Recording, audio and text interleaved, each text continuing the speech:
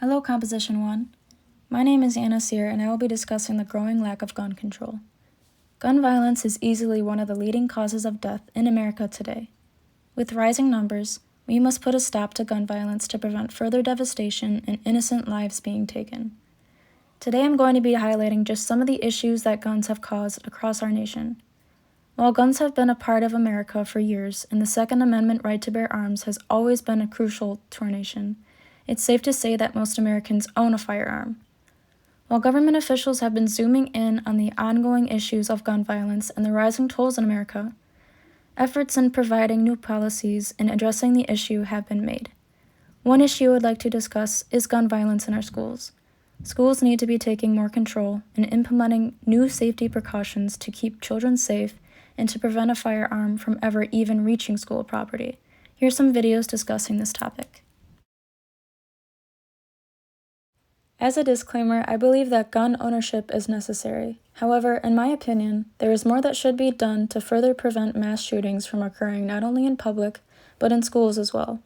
There should be increased restrictions on gun ownership because guns are too easily purchased, often left accessible, and legally obtained firearms are the main weapon in school shootings. Each time we see one of these mass shootings, our thoughts and prayers are not enough.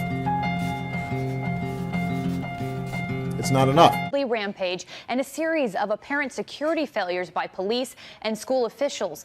Grieving the 4 teens lost in the mass shooting here just yesterday. Despite early warning signs, no law stopped an accused killer from buying the semi-automatic rifle used in last week's school massacre. A 19-year-old Nicholas Cruz passed a federal background check at a gun shop in Florida last year. Investigators said the teenager did not check any of the boxes that could have banned him from buying the weapon. So what do gun background checks actually check? Good question. WCCO's John Lorison explains how they work and what they won't catch. So I come in, I want to buy a firearm from you. Okay. Where do we start exactly? First thing you're going to do is give me your Minnesota photo ID. That's how a firearm purchase begins at a licensed gun dealer like Capras and Blaine.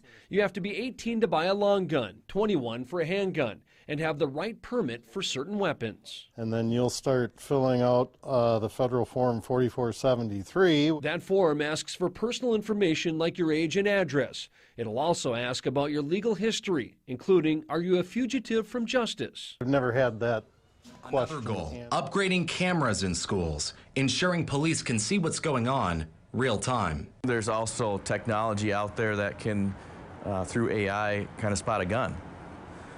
And that's not something that we're saying is going to happen, but it could be done through camera systems. Lawmakers are drafting bills to update active shooter drills and make sure they take place statewide, also requiring training for staff and school resource officers. Today, the department is announcing, as I just did, a major crackdown on stem the flow of guns used to commit violent crimes. It's zero tolerance for gun dealers who willfully violate key existing laws and regulations. Let me repeat, zero tolerance. If you willfully sell a gun to someone who's prohibited from possessing it, if you willfully fail to run a background check, if you willfully falsify a record, if you willfully fail to cooperate with the tracing requests or inspections, my message to you is this: we'll find you, and we will seek your license to sell guns. We'll make sure you can't sell death and mayhem on our streets. It's an outrage. It has to end, and we'll end it, period. I believe there are many solutions to be done to solve the growing issue of gun violence in America. With extensive background checks, eliminating underground gun dealers, and including more restrictions on school security to ensure students' safety, I believe there is still hope to prevent these tragedies.